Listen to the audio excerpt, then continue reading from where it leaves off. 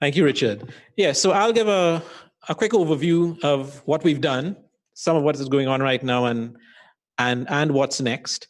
It's it'll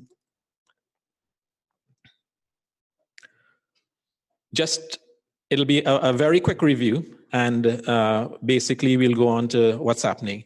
And I'll make mention of some of what will happen at this particular forum as well.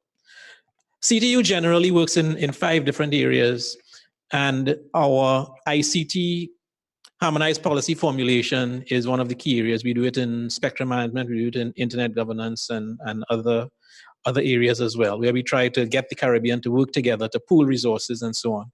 So our internet governance activities falls squarely in the first set of core activities there. Capacity development has been mentioned. We coordinate regional projects and represent the Caribbean at different fora.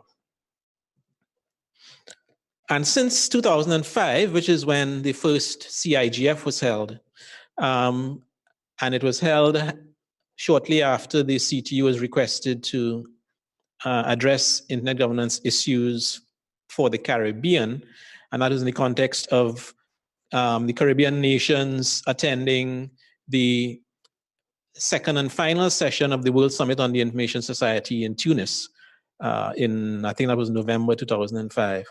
So we held the first CIGF to basically get Caribbean opinions as to some of the things that were happening. And I am happy to say that I was present at the first one. I have not been present at all 15, but probably at least 13 of the 15 I've been there for. And here we are today. But since 2005, we've been looking at formulating regional policies, right? Getting common Caribbean views, common Caribbean priorities, and identifying Caribbean priority issues. All of us who do work in the internet governance space realize that it is a very broad area. And we realized from the outset that, we need to prioritize what are the areas that we focus on. Back in 2005, the clearly major focus then was infrastructure development. Today in 2019, that is not as clear in terms of being first priority. We now have so much penetration in terms of ICTs that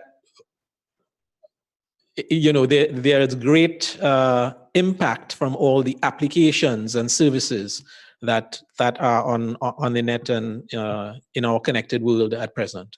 So we'll be discussing some of that this afternoon in terms of reviewing what are our current priorities and whether they are fit for purpose in taking us forward for the next 15 years, or the next few years anyway. And we've also sought to promote and accelerate internet development and use in the region. And we've done that through project development and through capacity building. So we formed this particular forum, the CIGF, which is non-hierarchical, it's multi-stakeholder, it's convened by us at the CTU, but we don't own it in that sense, and there'll be a lot more discussion about that as we progress through the day. But there is no hierarchy associated. All the stakeholders can come in here and participate on an equal footing.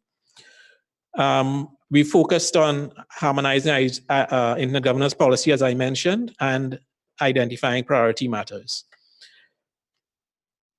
An advantage of having a convener like the CTU, however, is that the reports of the CIGF have a pathway to influence the government policymakers in terms of action. So even within the CTU's hierarchy, we have an executive council and we have a conference of ministers that from time to time, we can pass our recommendations to and get possibly at least some attention at the national level of our member governments. We've said it before that this was the first IGF, so clearly ours is more than just a preparatory meeting for other IGFs. But we do see the sense in enhancing the synergies between what we are doing here and other IGFs nationally in the region and on the global scale. And we've been working on enhancing that over the past few years. This is our 15th Internet Governance Forum. We've mentioned that we've created the Caribbean Internet Governance Policy Framework, first published in 2009 and subsequently updated twice. Part of our work in this forum is going to be looking at the vision and mission and priorities in there to basically review them. 15 years, one is a good milestone for us to reflect and see if we need to change path in any way as regards the environmental conditions. Multiple workshops on internet governance issues. And Albert mentioned we signed an MOU with ICANN, but we also have MOUs with several other of the internet stakeholders, the technical community, and so on. Some of them are mentioned there. Having said that, I remember one needs to remain cognizant that there are sometimes some people participating who can't necessarily read the slide. So say the particular points. Like ISOC, ARIN, LACNIC, Packet Clearinghouse, and the NIGPR is the CCTLD in Puerto Rico. So even in Puerto Rico, we've had collaborations with other Caribbean non-CTU members as well. We've contributed to global IGF proceedings, and we've enabled the establishment of multiple internet exchange points around the Caribbean. And we'll hear from representatives of the 3 Internet Governance Fora in the Caribbean in terms of their recent reports of their activities. We've done other guideline documents on things like IPv6 conversion and IXPs. We've created, in collaboration with the OAS and the Commonwealth Secretariat, a Caribbean cybersecurity policy framework. And we've gone further to create an actual action plan for Caribbean cyber security and cybercrime, for which CARICOM Impacts, that's the Caribbean Implementation Agency for Security, is the lead executing agency. Currently, what we're doing is we've taken the approach of trying to foster the development of national level multi-stakeholder groups. So examples might be national IGFs, ISOC chapters, task forces, IT managers for development, computer societies, and so on. And basically interface with them and use them to help implement at a national level activities that we recommend from the regional forum. All right, and things like progressive awareness and education campaigns, advocacy in various policies, the establishment of security response teams, CERTs and CSERTs, strengthening our country code top-level domain operations, and also in implementing any specific projects, for example, enhancing IPv6, DNSSEC, and so on. The secure extension for DNS. Going forward, we are continuing what we're doing. We continue our thrust towards national IGFs and communities. We're going to work with our Caribbean stakeholders in promoting implementation of our policy recommendations. And we'll be reviewing some of those to some extent during this 15th forum. We'll work. We've proposed, and we'll be discussing it again today, actually, appropriate mechanisms for sustaining our Caribbean forum. All right, I wouldn't get into it too much now, but because we'll have an opportunity this afternoon to discuss it some more, but that's one of the things that we want to institutionalize, more or less, a sustainable mechanism for continuing our Caribbean regional internet governance work. And continuing to enhance linkages with other IGFs. Very happy to have the UN IGF Secretariat participating with us today. And we'll continuously review our priorities going forward, continuing strong collaboration. For our 15th CIGF, we'll have liaison reports immediately following me. And then we'll discuss some of the key current issues in internet governance, both today and tomorrow. And this afternoon, we'll be reviewing our current Caribbean vision, mission, and priorities, and taking on board your recommendations. Basically, what we ask, what can you do as participants and following in the room and online? Basically get involved and make your voice heard. The biggest, I don't know if they call it surprise, but revelation for me when I first got involved with internet governance work was that all stakeholder views are invited and welcome, regardless of whichever stakeholder you are, regardless of how small your organization is or what government you are. All are invited and welcome. And you can follow us on our CTU website. There is a section on internet governance that we plan to make a bit more active in the coming months. You can actively participate in this CIGF, and at any time you can write to our CTU CIGF mailbox, I guess, where at CIGF@ctu.int, where we can take on board any, this is at any time in between fora and so on. We'll be trying to also step up our intersessional work. So this is where we are, and you now have a sense of what we'll be doing in this particular forum as well. And I'll say thank you very much for your attention at this point.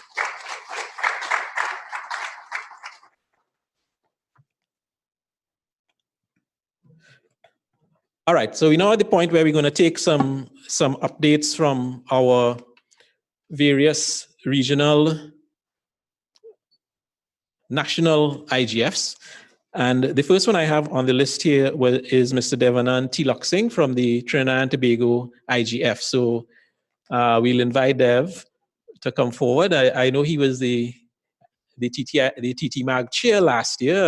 I'm not sure what they call him this year, but please welcome Dev.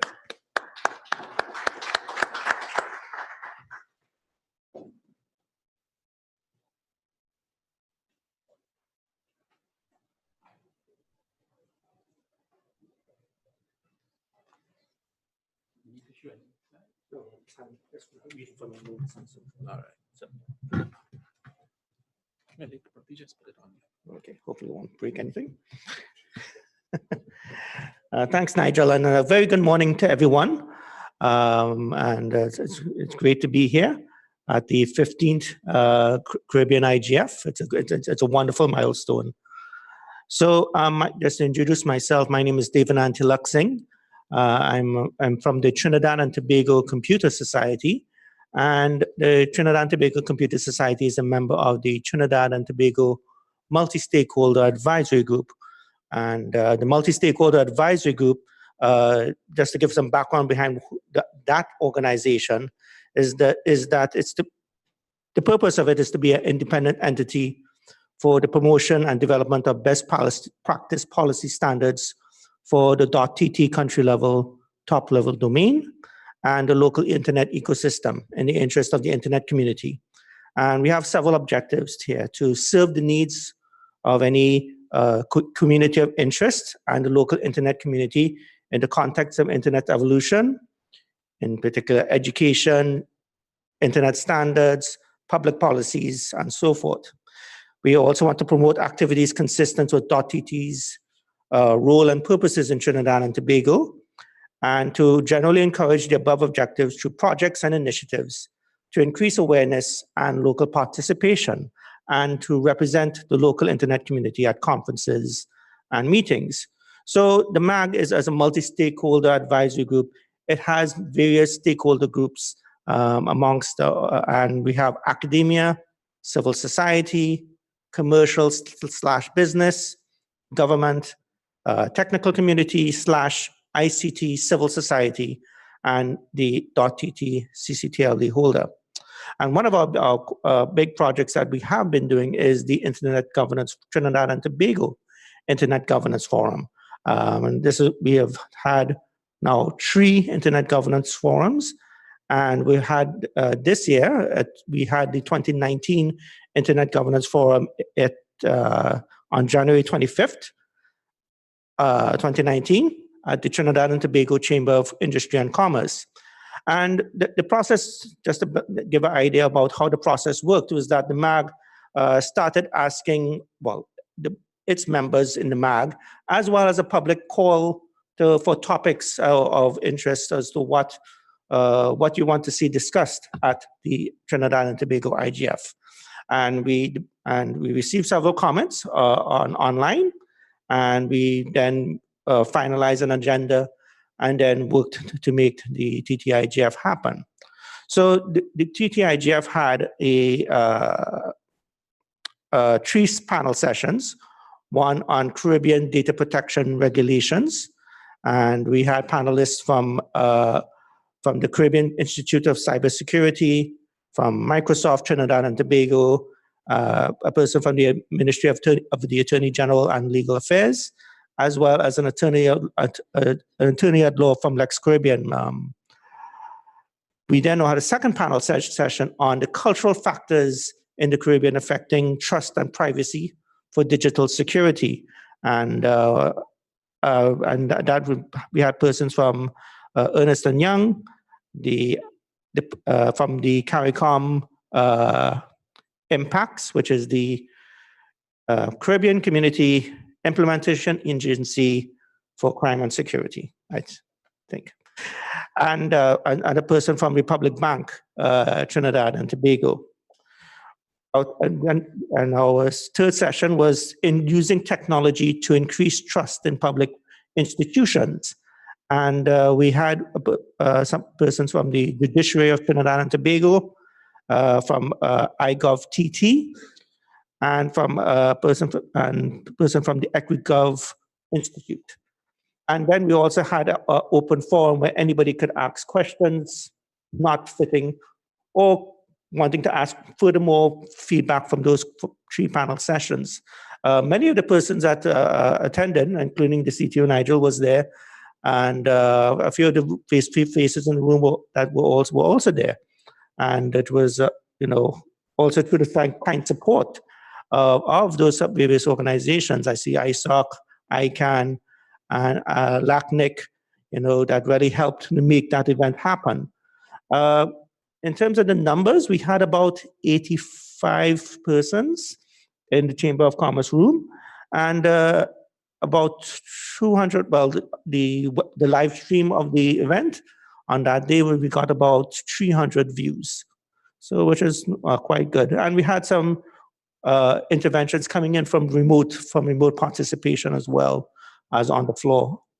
One of the things we had done this year also, we got students, we invited several students from 2 schools to attend the IGF, and it was good to see that by the time of the open forum, the students themselves were starting to ask questions, and in fact, even disagreeing with or questioning some of what the panelists said earlier. So, which was a very good sign. And we had a sort of ceremony certificate ceremony where we awarded them certificates for participating in the Trinidad and Tobago IGF. So the final reports for the IGF should be posted soon. We have not finalized that as yet, but we hope to have that published very soon. And we now have to start looking at our next IGF. One of the things we are working on is 2 things. One, we want to try to have the IGF in a different location and in the West. We want to bring it, get to other places in Trinidad and Tobago. So we want to find another place where we can have that, the next Trinidad and Tobago IGF. And the other thing is that we want to try to get more of the organizations and more not so necessarily more training, but more involvement in leading up to the IGF. And one of the things we had done before was that we had a remote hub for the Global Internet Governance Forum, which was held in Paris in November. And representatives from the MAG went there to convey outputs from the previous Trinidad and Tobago IGF. at that meeting. And what we have also tried to do is also to try to give some education feedback. So because one of the feedbacks, let me just say, one of the feedback we got from the IGFs afterward was that coming into the topics just so was kind of jarring, and it would have like some sort of background information or understanding behind the topics before the panelists were talking about it. So we're exploring ways in which we can do that. And what we had also done last year, we had done an Internet Governance 101 event where we tried to explain, what exactly is this Internet governance thing about? And Jacqueline Morris was very instrumental in helping that event happen. We had it at Naparima College. And we're now looking at other ways we can do that. Should we do more of those types of sessions? Should we do more online type of conferencing or webinars type of thing? So that's all being discussed. So just to say that the Trinidad and Tobago MAG is open to all organizations wanting to join and help further its mission and be involved in the planning of the Trinidad and Tobago IGF. So I think I could stop there. Yeah, right now. Thanks.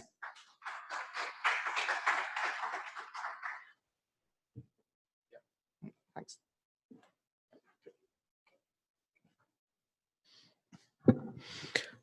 Thank you very much, Dev.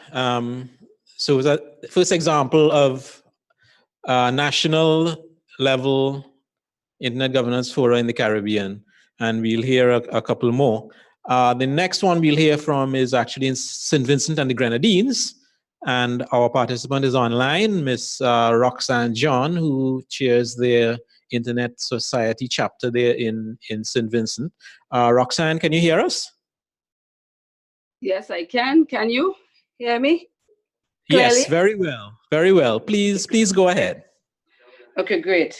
Good morning, everybody, and to the wider media. And thank you so much, Nigel, for your introduction. And the SVG IGF, St. Vincent and Grenadines, thank CTU for giving us the opportunity to report on the national IGF and any suggestions or recommendations for wider regional harmonization. Now, I am the president, as Mr. Nigel said, of the International Society St. Vincent and Grenadines chapter, which is the Secretariat for the National IGF. On Friday, April 12th, 2019, the SVG IGF conducted its second IGF. And as you may recall, we had the first IGF in April 2018, and at that inaugural event, we presented an award to Ms. Bernadette Lewis in recognition of CTU's leading role in organizing the Internet Governance Forum and her role in facilitating such event. Now, our main objective, which is quite similar to all the IGFs in the region, is to create an open, all-inclusive, multi-stakeholder platform to discuss internet governance issues and policies in St. Vincent and the Grenadines and the Caribbean region by and large, globally. For this year's forum, we target the community college students so we hosted the event at the SVG Community College. The coordinator for the DIGF was Mr. Willis Williams, able assisted by Mr. Marcellus Constance, who are all board members of the chapter. We applied an all-inclusive approach to organize and manage this event. So we have members of the chapter from various stakeholder groupings, including the lecturers and employees of the college, involved in ensuring the success of the event. Also, a webpage was created actually in 2018 following the first event at our website. So we have igf.isoc.vc to invite ideas from the community on the various topics for IGF 2019. The event was held in the afternoon, 1:30 to 3:30, very short, under the theme, the pressing need for security in the Internet of Things. We had about 26 persons participating, of which 16 persons were students of the college. Of course, we had a bit more participating in the network session, which was after the forum where we distributed snacks. Our main sponsor was Internet Governance Forum Support Association, IGF SA. And this is the second year in which they were providing financial support. We thank them very much for that. And we had a recording greetings from the chairman, Mr. Marcus Kumar. The forum was moderated by Mr. Kerry Kaur, also a member of the chapter, and it was live streamed. The recordings can be found on Facebook, and it will be placed on the website and also on the YouTube channel that we have. Now, you may appreciate that the Internet of Things is impacting our lives and its businesses is in one way or the other, and this has posed several challenges, especially security, that we must carefully pay attention to. So the forum has 3 main presentations, and I'll just briefly highlight them. The first presentation was by Mr. Wayne Hurl. He is a country manager for Flow St. Vincent and the Grenadines, and he has been a manager for the past 4 years. He spoke mostly on artificial intelligence, its issues, and how it has been utilized by organizations such as Google, Amazon, Facebook, and he even drew reference to where it is used even for elevators. Now the second presentation was done by Mr. Sean Soy. He is a corporal of the Royal Simpson and Grenadines Police Force and has over 10 years experience working as a police officer, mainly in the IT department, and has been trained in cybersecurity. And he elaborated on what IoT is, how it works, and how it can assist in the transformation of crime fighting in St. Vincent and Grenadines. And one of the things that he recommended, which I find was quite good, is a need for households to adopt a policy for the use of the internet for children. The third presentation was done by Mr. Gusham Dick, and he would have presented on behalf of the country manager, Digicel, Ms. Fanta Williams, who had to respond to an urgent matter that afternoon. Mr. Dick is a senior officer in Digicel, and he advanced 7 critical security challenges of the IoT. Following all those presentations, we had open forum where persons were given an opportunity to ask questions, and we even had questions from persons who were following the stream on Facebook. I would say two of the good takeaways of this forum, we had wider awareness of IoT within the region and globally, really. And we had participation of our providers and even for the police force, because they have been focusing a lot on cyber security in recent times. And we also saw growth in the membership of the chapter. I will say in terms of recommendation for wider regional parties harmonization, of course, from our national perspective, we welcome such harmonization. Of course, that will add strength to the forums, the fora. At least each year we can know what each IGF will be focusing on, so there'll be no duplication and also a wider spread of the important issues, especially in the Caribbean. And of course, the city is well placed to provide that leading role in the facilitation of such harmonization. And I'm sure once we have more collaboration, there's more strength in us advancing all the issues, or at least most of the issues that we need to draw attention to, individuals, to businesses, and it will continue to help spread the word day by day. So basically, there's a synopsis of what took place, and I guess I will await any suggestions or comments or questions. Thank you, Roxanne. We'll see if we have time for discussion at the end of it. So thanks very much for that.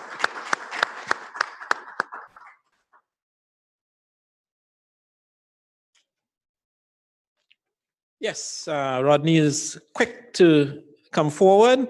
Mr. Rodney Taylor is our next speaker, and he'll talk to us about the Barbados IGF and other initiatives that they are undertaking there in Barbados. Let me just see if I can get him set up here.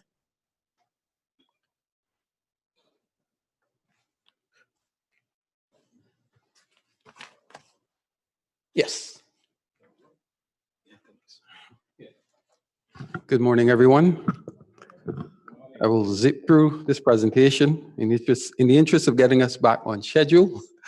I'm speaking in my capacity as former chair of the Internet Society. I handed over the baton to Mr. David Smith we had elections and David Smith was elected. I served for 2 terms, which is according to our bylaws, the maximum term in any one consecutive sitting. So Mr. David Smith now serves as chair of the Internet Society. And so I speak in that capacity as former chair, and also I serve as the director of the data processing department in the Ministry of Innovation, Science and Smart Technology, which has been a key partner with the chapter in delivering on Barbados' first and second national IGFs. We also had, which may be of interest, the second youth IGF this year as well. And these were done in partnership with the several agencies, including the IGF Supporting Association of the United Nations. So it was our second national IGF held last June, and our second youth IGF held in March this year. The theme for the national IGF was "We want to hear from you," and that's the theme that we continued from last year. The organizing committee was chaired by Ms. Ashell Ford, who may be familiar to some of you. And we had an opening ceremony, presentation of awards, and well, just to say in the spirit of what the CTU did in honoring persons who have served for so long, we felt that it was good also to acknowledge the contribution of persons who have helped in the development of the internet and internet governance in Barbados. So in our first IGF, we actually honored Bernadette Lewis as well for her contribution at the regional level. And nationally, we honored a gentleman by the name of Mr. Alan Emptage, who is a Barbadian who developed the first search engine called Archie. The second year, we honored Mr. Ian Clark Worrell. He's one of the founding members of a company called Sun Beach. And prior to that, in several iterations, he worked with several companies, but he's credited with bringing the internet to Barbados. And I've asked permission perhaps during the break to run a short clip, which in 4 minutes gives you the story of his contribution during the coffee break. 2 days of this, we've had 2 days of discussions. We also actually acknowledge the contribution of the gentleman at the top, Mr. Charles Leacock, who's the former Director of Public Prosecutions in Barbados, who subsequently passed away. So we acknowledge he did a very, very intriguing presentation on the law and cyber security, cyber crimes, etc.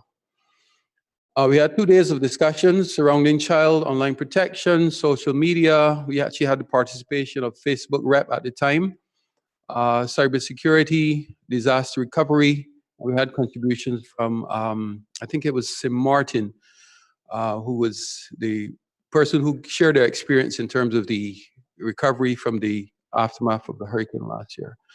We had 150 participants in the room, and our online participation peaked at one time to 4,000 because in that particular session, we actually had the Government Information Service do some promotion for us for the live stream. So we had very, very good participation. In that session, we also had, as you'll see later, a representative from Estonia, the director of the Digital Identity Department, who came to participate and give a presentation on digital identities. Traditionally, we have a social event which takes you out of the room and gets you, helps you to really meet people who are working in the same space in a less formal setting. We have in terms of our sponsors and partners, the Internet Society, we thank Sherman Osepa for his support, and the government of Barbados. We actually went through the formal process of requesting a partnership with the government, and the cabinet of Barbados approved, and so we were able to promote it as a partnership between the government and the Internet Society Barbados chapter. But it was multi-stakeholder in that we also got the support and we followed the process for engaging with the IGF supporting association. These are just some pictures from the IGF. Again, Sharon Osepa, our minister with this responsibility for innovation. Senator Kay McConney, who left this morning. Ashel Ford, the chair, the permanent secretary, myself. This is a panel discussion. I think this one was dealing with fintech, blockchain technology, etc., moderated by David Smith of UE, Gabriel Abed, who's famous for his contribution with respect to blockchain technology, and several others. Actually, the last person is the rep from Estonia. And at the bottom, we have a panel discussion on gender and the internet, chaired again by Ashel, moderated by Ashel, who also runs a nonprofit called No to Online Abuse and Harassment. The representative there is actually from an organization based in the UK called Feminist Internet. These are more photos as well. The gentleman here in blue, he is a veteran journalist, David Ellis in Barbados. We talked about fake news. That's the panel on which Facebook made their contribution as well, which is, of course, a very trending topic now. And an issue of concern to us, which has led to a public discourse on the issue of regulation, regulating social media, which I see is on the agenda here as well. Okay, moving on. Oh, there you see Albert Daniels, stalwart as well, contributor to all of our IGF so far. In terms of collaborations, we worked with, prior to this event and leading up to this event, we worked with Cisco. Cisco has a program called Girls Power Tech. It's similar to Girls in ICT. And it seeks to promote the whole issue of well, young girls in particular, to promote an interest by that group in technology, and so that there is gender equality with respect to the use of technology. No to online abuse and harassment, and the feminist internet. Just some photos as well from the Girls Power Tech. We had about 30 participants. So this is one of the events that fed into the Youth IGF. Some of these young women would have then participated in the Youth IGF that followed subsequently. Some photos from the first IGF in 2018. Actually, that's the person opening there is a minister with responsibility for youth affairs. A most recent one was concluded on March 22nd, 2019 at the University of the West Indies. And under the theme Smart Youth for a Smart Barbados. These are some of the agenda items discussed. We had an icebreaker activity. We used this tool called Slido, which allowed the audience to post questions and to vote and so on live, so you could see the results. And I have a screenshot from that later. What is digital and media literacy, and why does it matter, etc. And I'll share the presentation so that it would be available to you. We have a few video clips as well with the young people expressing their appreciation for the forum and their appreciation for having the opportunity to be able to lend their voice to these important issues. So screenshot, we streamed live, of course, on Facebook. We also had a restream. Normally we would have the support of Internet Society, and they would restream the feed for us, record, edit, and so on, so that we have it available afterwards. This is the icebreaker session. And this is a screenshot from the Slido tool, which allowed the audience to participate. Because not everyone wants to get up and go to the mic to pose a question, but they can simply send the question up. It appears on screen, and the others can vote and express their views as well. Challenges in terms of governance, I think, is something worth discussing in terms of how we execute the event. I noticed that Trinidad and Tobago has a different model. They have the multi-stakeholder advisory group, and I think this is commendable. The chapter itself in Barbados, the Internet Society Barbados chapter, has played a leading role, and that is just how it has evolved because of the interests of the stakeholders and so on. But we think there's room for discussing the establishment of a MIG as well in Barbados, so that it's we try obviously to make it multi-stakeholder as possible, and we follow the tenets and principles of multi-stakeholderism. But there is scope for evolving it into a model that is similar to that adopted by Trinidad and Tobago. Of course, we want to promote multi-stakeholder participation, and hence why we want to move towards that model. The sustainability of the activities is an issue, or the sustainability of the forum itself. It requires a lot of time, a lot of effort. It requires financial resources. And of course, if you think in terms of sponsorship, it is not a commercial event, but we want to be able to demonstrate some value to organizations that have agreed to support it. These are just some other recommendations in terms of a secretariat to do the ongoing work. The reporting after the event as well is an issue in terms of we don't want to just produce what was said, we want to be able to condense those into firm policy recommendations. And that is it. We want also to be able to have those policy recommendations feed into the regional forum and into the global forum as well. What's next? We plan to have the third IGF this year in collaboration.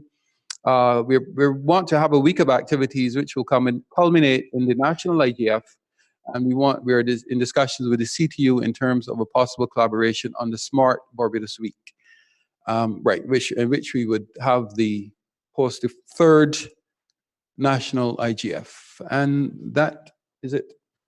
Thank you.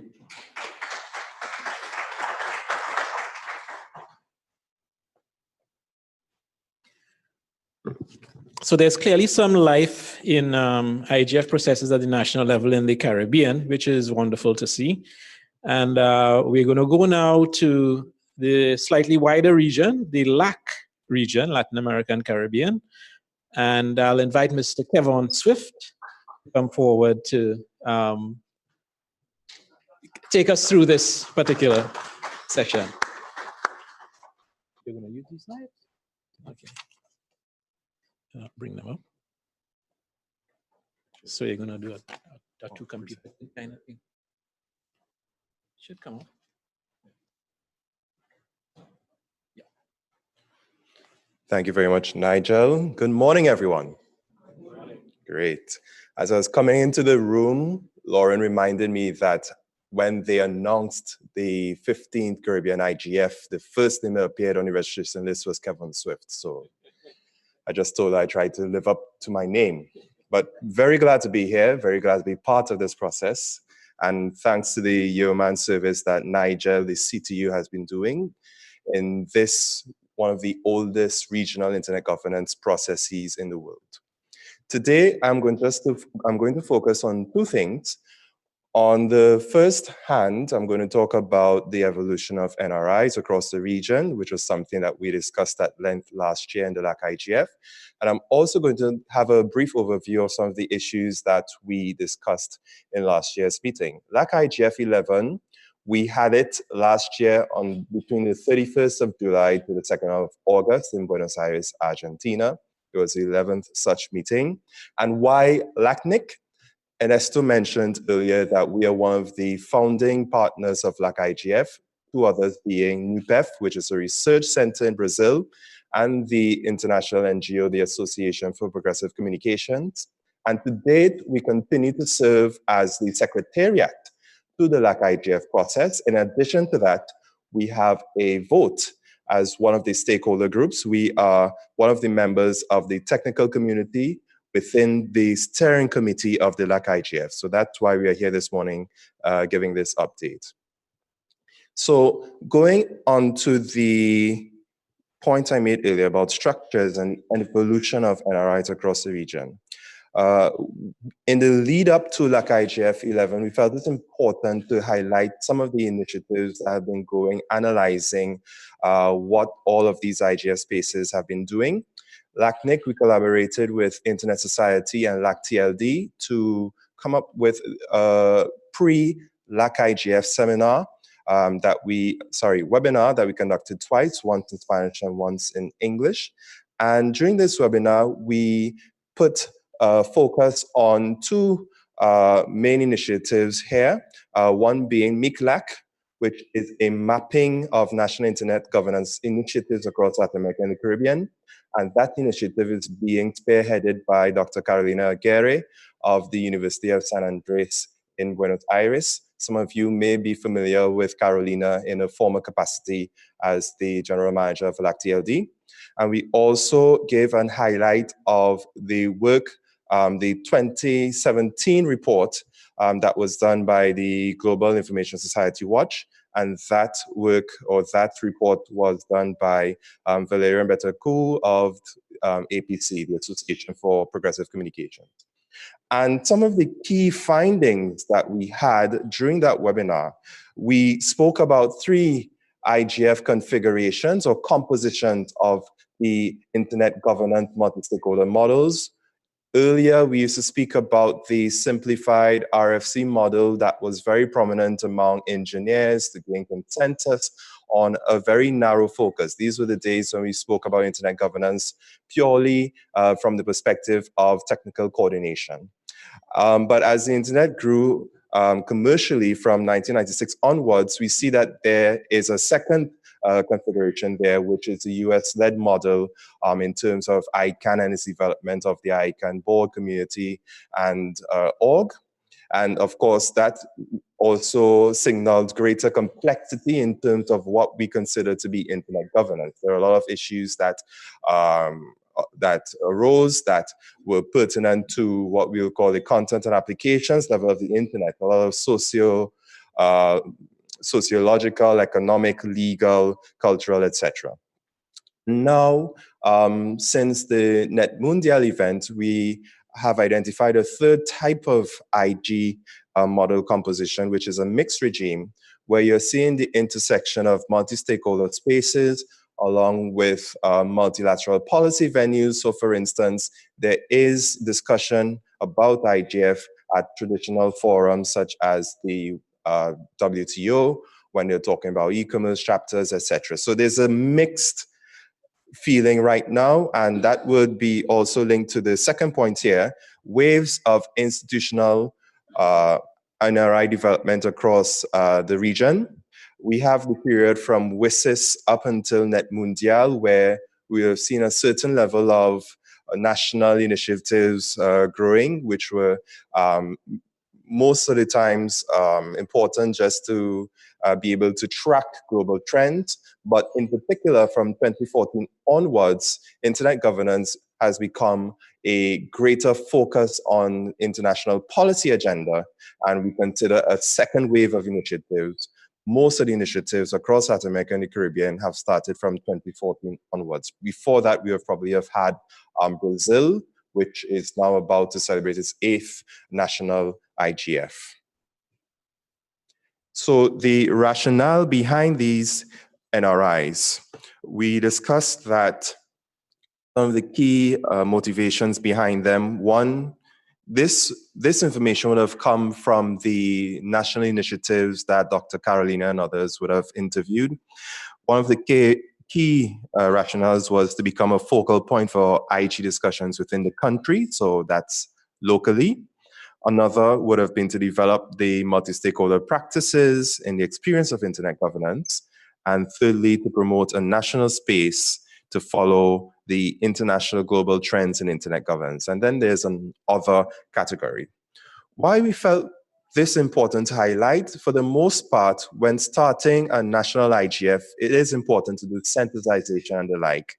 But what we have observed through these research projects is that initiatives that have been established for a long time eventually lose interest and lose participation unless there is a constant focus on the impact that the initiative could have. So for initiatives that were established simply to do sensitization, after a point in time, this no longer had the effect that it was initially established for. And therefore, in addition to discussing issues, it was important for national communities to go back to the drawing board and see how can their national initiative have greater impact on the local landscape, and in particular, when it comes to local digital development. So moving along, from the Global Information Society Watch report, it was these three components were identified as being the conditions or the preconditions for successful national initiatives. And the conditions are agency, that capacity to act, the recognition of having free choice, social compact, the willingness to cooperate for greater or public good, and of course, the active exercise of democracy, not only during an electoral process, but actively defending rights, mobilizing. Societies that mobilize more tend to have more successful national IGFs. So moving along, when it came to the LAC-IGF, in terms of the LAC-IGF process, these are just some of the highlights I wanted to put. We have a call for hosts that usually open from the month of December until mid-March. We have a renewal of the members of the steering committee. And we also have a call for issues, which is an open survey that we conduct, receiving the topics we like to discuss at the LAC-IGF. And for LAC-IGF 11, we had 10 sessions. Most of those topics came from the community, and the steering committee chose 2 of those topics to discuss. So looking at the issue areas, and there are many, but fortunately, I'll leave the slides available to you. I'm going to just touch on some of the attention-grabbing ones here. Session 1, dealing with data protection alternatives for the Latin American Caribbean region, focusing on rights. It dealt with how can we ensure that rights are maintained, that personal data is protected, and still enable environments to support innovation, digital services, big data, and the like. That was one of the key issues that we discussed. We have, for instance, concerns about net neutrality and the future of the internet. And there we discuss the gaps between high income, low income users, different types of usage patterns and perspectives from the private sector and to society organizations. We have, for instance, session 4, which dealt with threats to freedom of expression. And there is where the community unpacked the phenomenon of fake news, the impact that disinformation campaigns have on the citizenry and on electoral processes. We have, for instance, session 6 that dealt with challenges, best practices when it comes to managing community networks in Latin America and Caribbean. Community networks is one of the key areas of focus for many actors, for LACNIC, in terms of its FRIDA program, which is the Regional Fund for Digital Innovation, in terms of the work that the Internet Society is doing at this time. And therefore, at the LAC-IGF, we sought to come together and speak about some of the key challenges that we will have when it comes to establishing community networks. Some of them revolved around issues of getting spectrum to be able to run community networks. We have session 7, which dealt with breakout groups. And among these breakout groups, the topic of natural disaster preparedness, I think, is one that is of the utmost importance to the Caribbean. Speaking about protecting critical infrastructure, business continuity, what happened at the time of a hurricane or in parts of Central America of a volcanic eruption, and how do we, from the internet standpoint, regroup and come together to ensure continuity of our societies, our economies. There as well, there was a very poignant discussion on internet shutdowns. On the one hand, it was important to recognize the role that restriction systems play, for instance, firewalls for management purposes. But on the other hand, this discussion on internet shutdowns dealt with shutdowns that were motivated by policy objectives that may not necessarily meet those policy objectives, and as a result have more harmful effect on the operation of the internet. And we spoke as well, as you will see here, you have the presentation to go through the topics, the challenges and opportunities when it comes to using massive data algorithms, automated decision-making, how can Latin American citizens challenge decisions that were taken automatically by algorithms based in North America. So it's the whole question of bias being integrated into coding, and how do we fight against that? How do we ensure there's equity, there is fairness when it comes to the development of automated systems. Next, LACNIC will be in La Paz, Bolivia, from the 5th to 9th of August. I will encourage each and every one of you to come. There will be a fellowship program that will be announced shortly on the LACNIC website, that's lacnigf.org. And the reason why I will encourage everyone from this room to come is that it is important for us to have diversity, for us to have multiple perspectives in developing a Latin American Caribbean viewpoint on what are the issues that face us, what are the issues that affect us the most, and how we can address these issues on a global platform. But it would be remiss of me to be up at this lectern and not speak about LEADERS. LEADERS is a support program run by LACNIC, where we give support to national initiatives, some national youth, those type of initiatives on the national scale. And we also give support to the coordinators of national initiatives to come to the LACIGF and present some of their findings and their experiences at the level of LACIGF. So LEADERS is now open. Feel free to have a discussion with me at any time about how you can benefit from LEADERS. And without further ado, I know the time is near. There is how you can apply for LEADERS, and thank you very much.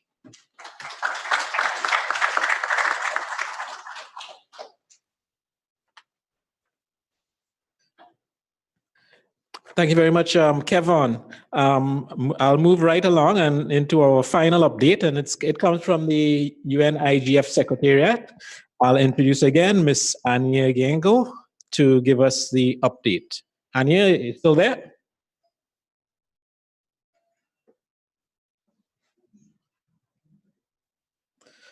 Hi. Sorry, Nigel. Yes. Can you hear me? Yes, we can hear you. Sorry, Please. I'm a WebEx person more from experience. Yes. Well, thank you. I'll just try to share a couple of slides with you, and I hope you can see it now on your screen. First of all, I would like to thank you for the opportunity, and of course to greet all the participants. Now I can see quite a number of participants in the room thanks to your camera, and of course to thank the previous speakers, which I think raised a lot of important points. So this will be, from my side, a very brief overview of what is happening with all the national and regional and youth IGFs in the IGF Secretariat collaboration. And also I will provide a very brief update on the preparatory process for the 14th IGF that will be in Berlin in November this year. So I think I may go very quickly through these slides because the way I see it, the Caribbean region is quite developed when it comes about the presence of the IGF processes on national and regional level. And my previous speakers also can explain briefly the nature of the NRIs. So I'm not going to quickly go through it. You know that the national and regional IGFs in the form that they're taking now are not mandated directly by the World Summit on the Information Society Tunis agenda, But the Tunis agenda did advise and encourage the development of the multi-stakeholder processes on the national and regional levels, and the communities have decided that having an IGF form of this development is actually the most effective mechanism to address the internet policy. Excuse me, Anja. Yes. They asked if you could run the presentation on full screen. So put it on Okay. presentation mode. Yes. Yeah. Okay, I see. Is Yeah. it better now? Yes, thank Okay, you. Great. So as I said, that's the nature of the NRIs. The IGF Secretariat has conducted a formal process of recognizing all IGFs that adhere to the key IGF principles, and in that sense, upon recognition, listing them on the IGF website as officially recognized.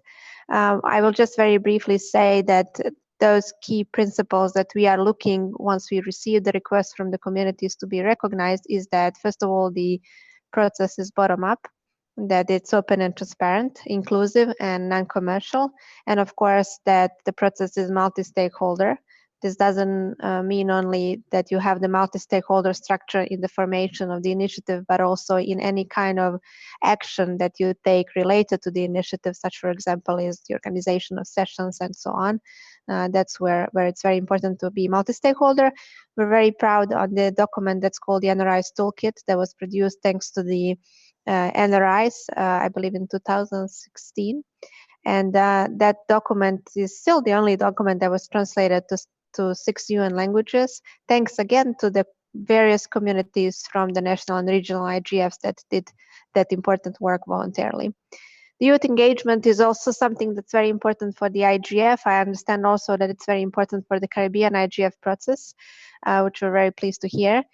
We worked 2 years ago on a very important, I would say, document called the Youth Engagement at the IGF that described the formations of the youth engagement through the youth IGF initiatives. And that document is available in English language on the IGF website. As I said, the NRIs are completely organic. They are independent, and that's very important for us, completely autonomous. The nature of the IGF Secretariat's work with the NRIs and the NRIs with the Secretariat is of collaborative nature. So there is no reporting mechanism, there's no hierarchy. It's actually just one clear, healthy understanding that only by working together we can actually make a change for having better internet. So far, the network is really growing, and I would say it's an evolutionary growth. So currently there are 114 officially recognized national, regional, and youth IGFs, and you can see on this graph that we have 82 countries that are running their IGF processes, 17 regions, and 15 communities on usually on a level of a country, sometimes even a region, that are organizing their own IGF processes. The global spread is quite well balanced. I hope you can see this map. And I would say that the Caribbean region is quite rich when it comes about the national IGFs. But what's I think even more important than that number is the fact that there's a very good quality of communication and collaboration between the IGF initiatives present in the Caribbean region, and I would even say even broader in the Latin American region and the Caribbean together. And that's actually very positive, and we always outline that as an example of good mechanism of cooperation in addressing the internet governance matters.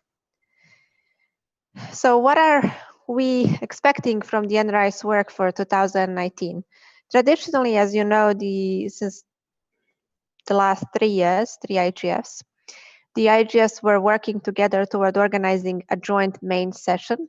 That main session was organized always by the NRIs in a bottom-up manner. Next week, we will know the results of the bottom-up call for topics for all NRIs. And based on that results, we will know what will be the topic for this year. Last year, it was the evolution of internet governance, kind of focus on the multi-stakeholder approach. And this year, Actually, I'm not going to say anything, but maybe just a small hint that I think there will be a surprise in the shift of the topic compared to the last year. We traditionally, aside of the main session for the past 2 IGFs, so Geneva and Paris, we're organizing the so-called collaborative sessions. So those are the sessions where we have the NRIs from different regions partnering on a topic of mutual interest and organizing an interactive session for the wider IGF community. Last year we had 5 sessions, and those are quite interesting formats and concepts. We will continue working on that also for this year. So as I said, next week we will communicate the results of the call for topics for the NRI. So based on that result, we will also know what will be the topics for these collaborative sessions. The NRIs coordination session will also happen this year. It's a very important open work meeting between the wider community, all NRIs, colleagues from the Department of Economic and Social Affairs of the UN based in New York. The MAG chair always joins, the head of the IGF Secretariat, and usually a number of important organizations that are also critically important to maintaining the process because they are basically the donors. So we will organize that session as well. It will be on a particular agenda, and that agenda will be defined a bit later, probably during summertime. The IGF village is probably as a concept known to you. It consists of a number of booths where organizations are showcasing their work. So the NRIs jointly will have one booth where we will be trying to engage more with the community and explaining what and who are the NRIs, how people can connect. We will make a schedule, so basically you have one NRI always represented there during the day for an hour or 2. Aside of that, the NRIs are very important to us. They're not probably, but for sure, the key partners and collaborators for the IGF secretariats to understand the nature, the essence of the problems and issues in certain countries, in certain regions. And based on that knowledge and those inputs, the IGF intersessional work really benefits a lot. I will come a bit later to that intersessional work to explain the forms of it, but in any case, the NRIs contribute with their concrete expert opinions, publications, reports, and so on. And then we always hire every year consultants that are doing an analytical overview of everything that's received and providing a final output document to be presented at the annual IGF meeting. We hope that for IGF 2019, we will be presenting a new publication on the NRIs. That publication will look at the importance of the IGF processes to be established on local levels. And it will also look kind of more detailedly on the practices of the NRIs. So for instance, the Caribbean IGF definitely will be an example of good practice on how to successfully run an IGF process with some specificities that you as an initiative have. I will just move a bit to the updates on the 14th IGF that you know will be hosted by the government of Germany in Berlin from 25th to 29th of November. A lot of changes happened this year, and we're actually all eager to see how the final product will look like in Berlin. So one of the key updates and key change that the multi-stakeholder advisory group of the IGF decided is that this year, for the first time, I believe, in the past 13 IGFs, we will have a focused program of the IGF on 3 concrete topics. So that will be the data governance, digital inclusion, and security, safety, stability, and resilience. In practice, this will mean that all the sessions, the nature of those sessions, will feed into one of these 3 thematic tracks or topics. The call for sessions are now closed. The MAG is very busy at this time. They're evaluating almost 300 workshops that were received and trying to see how many workshops will be approved to be presented at the IGF in Berlin. The number of open forums were also received as requests. So the IGF Secretariat is looking into those. Usually, as you know, those are reserved for governments and intergovernmental organizations and bigger international treaty-based organizations. We have a number of dynamic coalitions that submitted requests as well. So flash sessions or the so-called lightning sessions. So all of that is now under evaluation. The final stage in that evaluation will be during the 3rd IGF MAG meeting and open consultations. It will be from 5th to 7th of June in Berlin. And hopefully the schedule will be then announced shortly after that meeting. The day zero, as you know, last year in Paris, it was exceptional. We didn't have a day zero. And I have to say that we actually felt the effect. The day zero is usually a pre-day kind of warming up for the IGF. We're very happy that we will have it this year, and we'll continue with that regular practice. I think the day zero this year will be very interesting for the community that will come to Berlin or maybe participate online, because it will include a very interesting high-level segment. I'm saying interesting because the composition of the invitees will be, I think, quite interesting for all of us that are eager to see change in the internet governance ecosystem. We hope to see many of you in Berlin, but we understand that Berlin is not that close to the Caribbean. The tickets are quite expensive. Berlin is probably not the most economical city. So the government of Germany, as our host country, is really committed to have the best possible IGF this year compared to all previous, and also having in mind that many will not be able to afford to travel to Berlin to be there in person. The government of Germany actually helped the IGF Secretariat and invested concrete funds to call for travel support for about 80 to maybe 100 participants. So that call for travel support is announced on the IGF website. You can go through the eligibility criteria. You can see that mostly we are hoping to have supported stakeholders from developing countries, ideally least developed countries, small island developing states, landlocked developing countries, and also to respond to the call from the Secretary General of the United Nations that was delivered during the last year's IGF in Paris, where we need to engage those that are missing, those that are weak voices at the IGF. We also have to engage new disciplines, new expertise that's maybe underrepresented at the IGF historically. So this call for travel support will allow us that. We call for the help and collaboration of all national and regional IGFs. If we want to bring diversity to the IGF, we need to know which prominent individuals we can identify and contact in certain countries and regions. And from this small office in Geneva where we're sitting, sometimes it's very difficult and challenging, but we are encouraged because we have very healthy communication with all the national and regional IGFs.